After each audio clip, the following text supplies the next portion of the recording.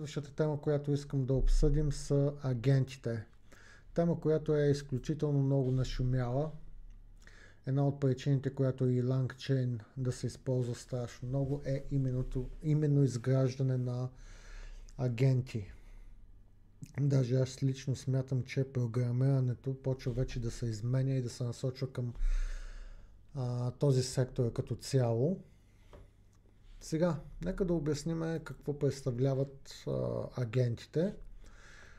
Агентите са интелигентни компоненти, които могат самостоятелно да изберат инструменти и стъпки, за да изпълняват по-сложни задачи чрез езиков модел. Агентът е по принцип самостоятелен модел или структура, която използва езиков модел. Това го казах. Взима решения, избира инструменти, води разсъждения и управлява контекста. Сега, като казвам води разсъждения, имам предвид, че има много допълнителни принципи, структури, типове агенти. Аз даже съм отворил тук на едно място. Скоро време трябва да направя статия по тези типове агенти, които са тук.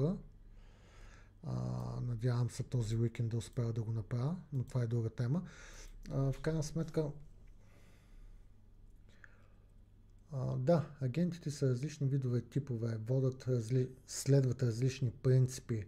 Един от известните принципи, които най-често се ползват, е React принципа, който не е React и няма нищо общо с React Framework в JavaScript, ами React, което означава Reasoning плюс Acting. Фактически това е принцип, където се следват няколко стъпки. Първа стъпка, като се подаде информацията, първа стъпка агента е да разсъждава.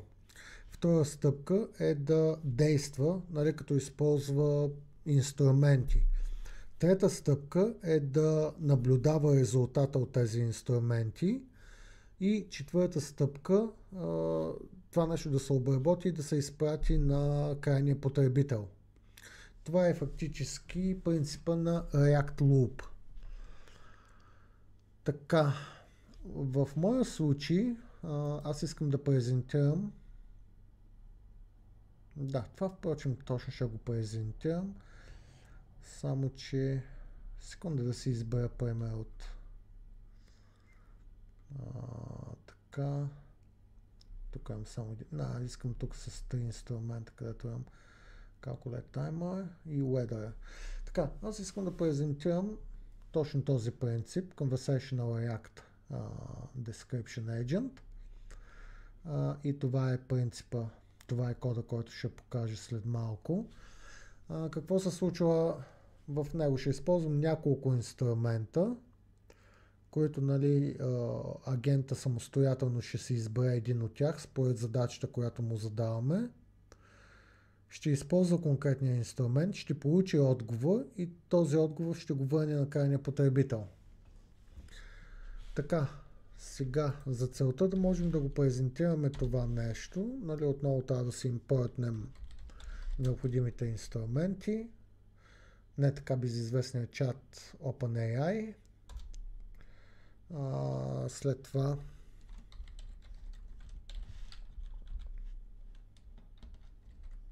Agent Executor, Create OpenAI Function Calling. Да, сега тези неща трябва да ги обясна секунда само. Import Tool, за да можем да работим с тулове. Така, това е специален клас. Import Chat Prompt Template Message Placeholder. Така. Import.env from.env и import readline. Надявам се да не изпускам някой импорт. Това са нещата към момента. Сега Да, тук малко прескочих, то аз съм вече малко изморен. Сега, като говорим за агентите, нека да спомена няколко думи преди това. Агентите, най-основните, които най-често се ползват, биват следните. Zero Shot Agent, който избира действие директно на базата на описание на инструменти. Без предварително обучение, без нищо. Conversational Agent разширява общо взето Zero Shot Agent с поддръжка на памет. Може да се води диалог и да се пази история. Chat Conversational Agent е адаптиран повече за чат моделите с вградени инструменти и формат. Вече React Agent, който в момента, който принципа в момента го обсъдихме, използва Reasoning плюс Acting. Добре. Create OpenAI Function Agent. Това е фактически даже един от класовете, който в момента сме дефинирали отгоре, който ще използваме. И това е фактически функция в LangChain, която създава агент, позволяващ на OpenAI моделите да изберат и извикват инструменти чрез метода на Function Calling, вместо просто да генерират текст. OpenAI Function Calling е функция в моделите на OpenAI, която позволява на езиковия модел да извика предварително дефинирани функции. Значи, в общо взето си имаме предефинирани функции, които ние можем да използваме, за да извикаме конкретни инструменти. Чудесно! Всякакви инструменти, по-точно. Добре, значи ще ни свърши страхотна работа. Така, Executor, Agent Executor, секунда само. Така. Agent Executor фактически е клас, който изпълнява или стартира, тригърва самата екзекуция на агентите. Това е неговата задача. Това е главната му задача. Нали? Общо взето. Така. Управлява екзекуцията. Приема потребителски въпрос, координира избора на инструментите. Да, има си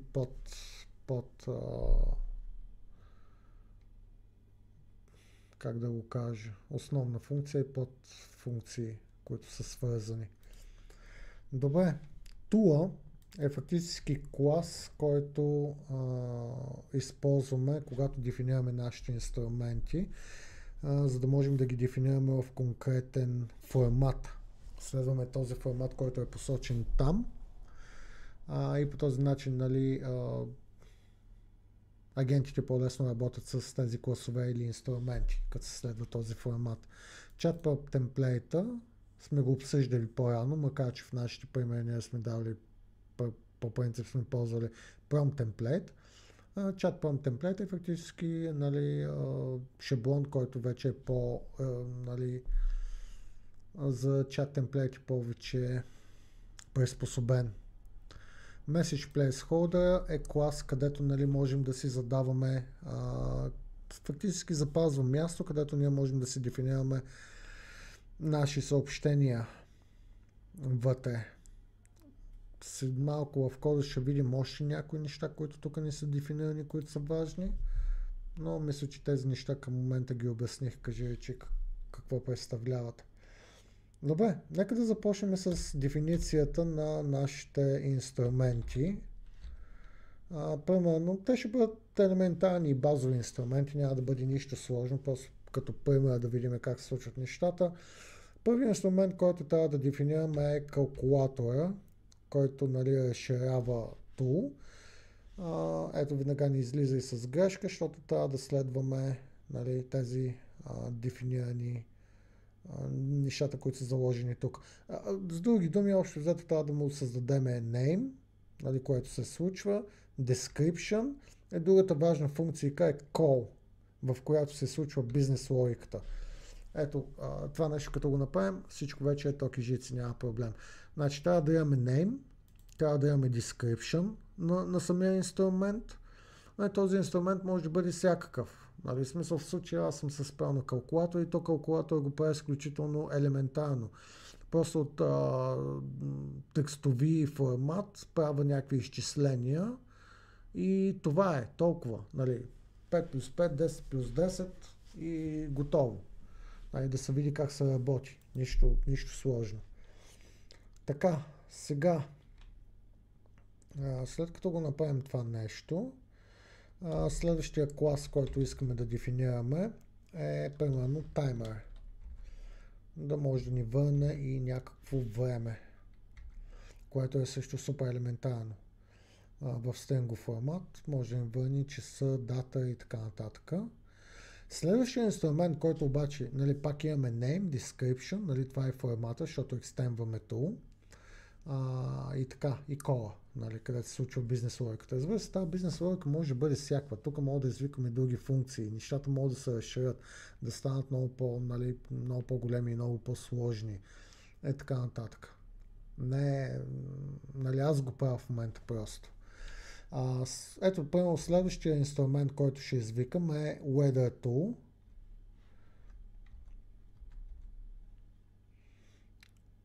Където вече ще извикваме външен инструмент. Няма да чак толкова просто, колкото в момента го дава. Така, сега секунда само. Ето ми го weather и на мен. Даже направо няма какво си игра да спиша, директно го слагам и го обяснявам. Сега, какво представлява този клас? Този клас, нали, има име, отново описание, след това бизнес логиката е вече по-сложна от горните класове, както го обсъдихме. Тя може да бъде всякаква. И тук в него фактически подаваме град, за който искаме да получим какво е, нали, състоянието, времевото състояние, като, нали, температура, дали вали, дали има сняг и така нататък. Подаваме го този град, нали, нормално да го чекнем все пак за грешка и така нататък. Създаваме си тая catch и вътре, нали, си задаваме fetch функция, която изпраща заявка към конкретното приложение. Тук сме си, нали, отишли сме в Weather App-то, регистрирали сме се, взели сме си ключа, заложили сме си го в EMV-то и в момента си създаваме URL-а, нали, като си подаваме конкретните стойности, нали, city, ключа, метриката, в която да ни върне стойностите и така нататък. След като получим данните, проверяваме си ги евентуално за някаква грешка, едно базово елементарно проверяване, нищо сложно, и след това го връщаме това нещо обратно към главната функция, където ще извикваме реално тези инструменти. И това е отговор, който трябва да върне този клас, общо взето, в Целзи. Така, този клас е малко по-сложен, но изобщо не е сложен като цяло.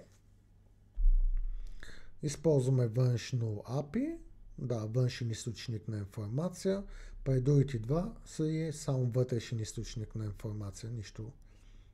Нищо сложно.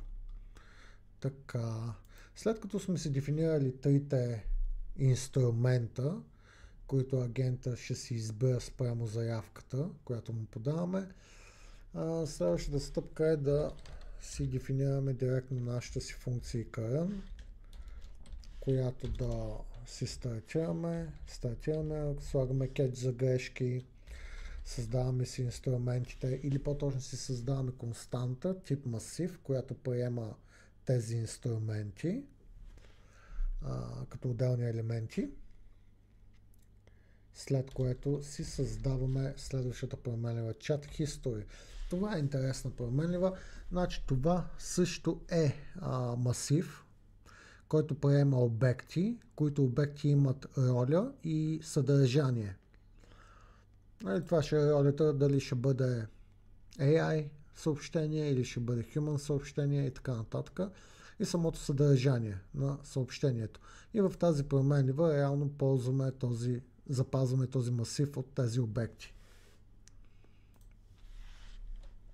Така.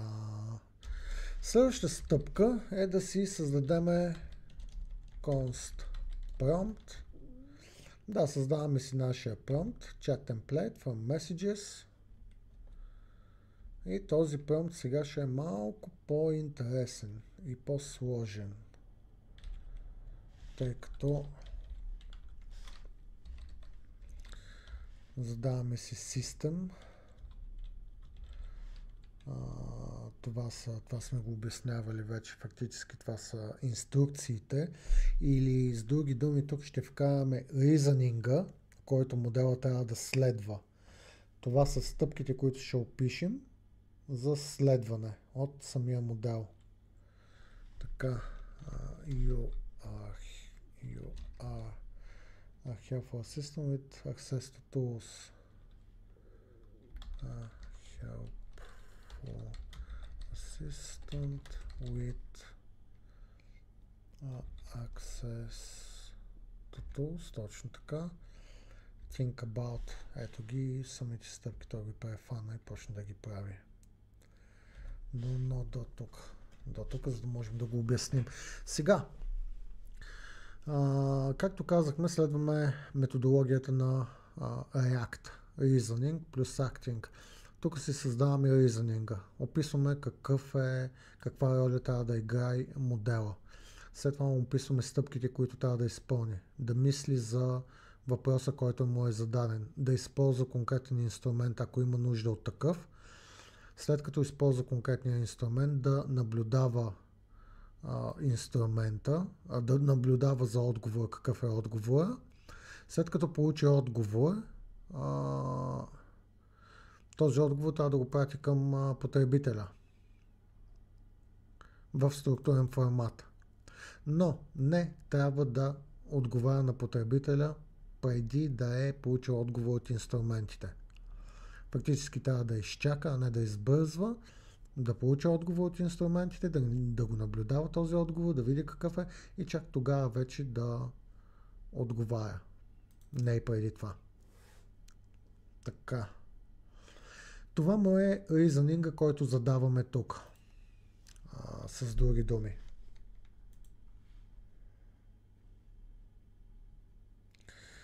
Така, след като го създадохме този reasoning, след това с message placeholder си задаваме chat history-то, което в момента е празно, но малко по-късно ще започне да се пълни. Задаваме му human input-а, нали, който малко по-късно от prompt ще му го подаваме. И agent scratchpad. Сега това е доста интересен параметър. Какво се случва тук, общо взето? Значи има принцип chain of thought. Или пък в транзакциите имаме event sourcing. Фактически тук се запаметяват постъпковите действия на модела и резултатите от конкретните стъпки, именно в тази променлива. Нали, стъпка по стъпка по стъпка, след което се сумира и се дава крайният отговор. Нали, event sourcing в транзакциите горе-долу почти работи на същия принцип. Ако отидете в един супермаркет, купите си 10 продукта и на бележката ви излиза продукт 1 сума, продукт 2 сума, продукт 3 сума и всяка една стъпка за всеки един продукт е описана, цената му и накрая тотала какъв е. Chain of thought, нали, принципа работи, кажи, че по същия начин. Един вид те си крадат един от друг, нали, смисъл принципи и начин на работа. Chain of thought си е точно така. Отново на модела, стъпка по стъпка, която се извършва, за да се стигне до конкретен резултат и накрая вече самия резултат, който е. Общо взето, цялото това нещо се случва точно тук в Agent Scratchpad. Се записват нещата, нали? Така, сега, след като го обяснихме и това нещо, следваща стъпка да си създадем agent-а с function calling. Да можем да викаме функции. const agent await create OpenAI function calling, моделчето. Така, само че това моделче в момента явно нещо го нямаме. Що го нямаме? Защото не сме го дефинирали. Що? Защото сме го изпуснали. Вече го имаме. Само че не знам дали трябва да бъде с 0. Секунда само да погледна. Може би е окей да е 0. Тъй като да, най-вероятно към момента да е 0. Окей, не ползваме температура. Да, защото ползваме инструменти, заради това, нали, смисъл основно. За отговорите и прочее си ползваме инструментите.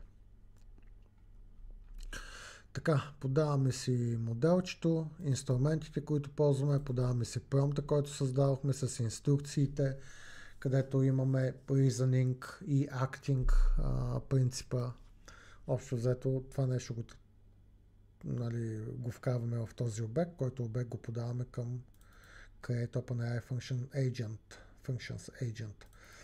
И тук получаваме резултата в тази константа. След което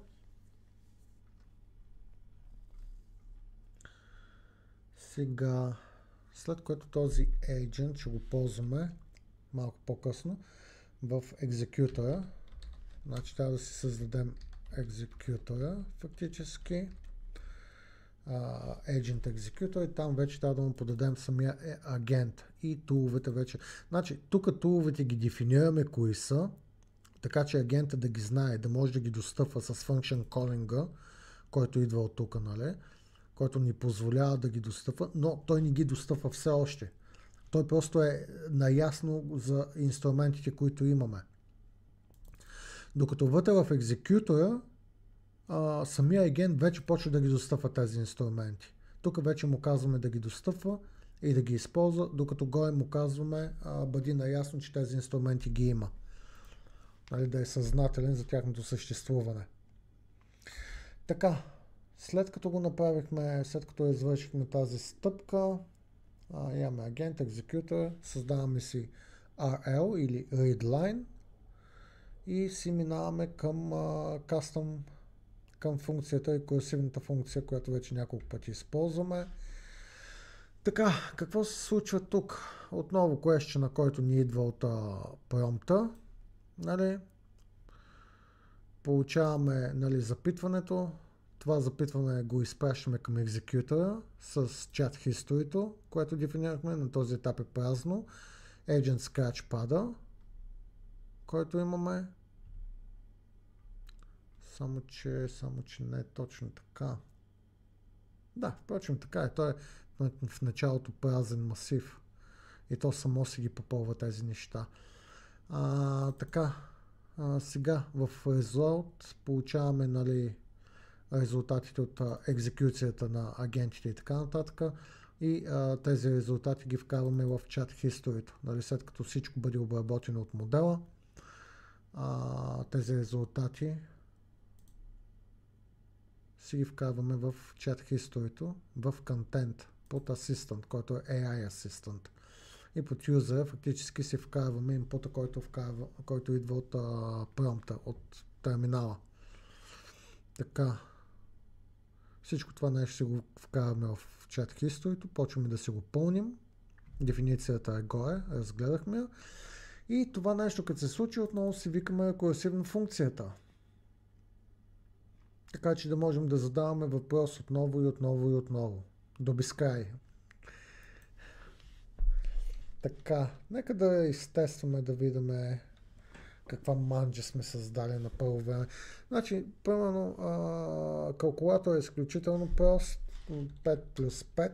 Да го видим как работи. И да, връщане, отговор е 10. Изключително базово, елементарно. Агент си на базата на входа, който му подаваме, той си преценя, че трябва да ползва калкулатора. Ползва си калкулатора, прави си едно базово елементарно изчисляване, изчислява си го и ни връща отговора. Супер елементарно. What time is it? И получаваме колко е часа. Като обаче тук има малка разлика. Не е 6,5, ами е 7,5. Явно префаща някакъв часова разлика. Допълнителна. И примерно нека да видим каква е температурата. What is the weather in Plovdiv? Най-красивия град на света. Софиянците само могат да завиждат за Пловдив. Така, the weather in Plovdiv is clear. 17,4. Да, точно това ми показва и на мен. 17 градуса Целзий. Ми показва и на мен температурата в Пловдив. Топличко, приятно, готино. Отлично за разходки. Който иска да се разхожда. По типетата. И да бича аляк. Ние много добре знаем как се бича аляк. Така, сега. Значи в момента презентирах как точно се работи, нали, как агентът точно работи с инструментите. Създаваме си нашите инструменти, както видяхме отгоре. Нали, инструмент 1, инструмент 2, инструмент 3. След това, нали, си ги вкарваме в Tools, да ги има в този масив. Константа, нали, масив с инструменти. Оттам, нали, вече почваме да си ги подаваме към Create OpenAI Functions, за да се знаят, да са наясно. След това да ги подаваме за да се ползват, да се екзекютват. И вече, когато почнем да си задаваме въпросите, нали, екзекютора получава данните и на базата на тези данни, които ние му задаваме, той решава кой инструмент да използва. И се използва конкретния инструмент. Точно то, 9,5, нищо. Така, и се използва конкретния инструмент. Общо взето това е нали, като цяло последната тема и това е как, нали, LangChain работи с инструменти. Тук обаче искам да направя едно допълнително. LangChain създава агенти, които работят. Да. LangChain създава агенти, които работят с инструменти според заявката на клиента. Тези инструменти могат да бъдат всякакви. Така, тук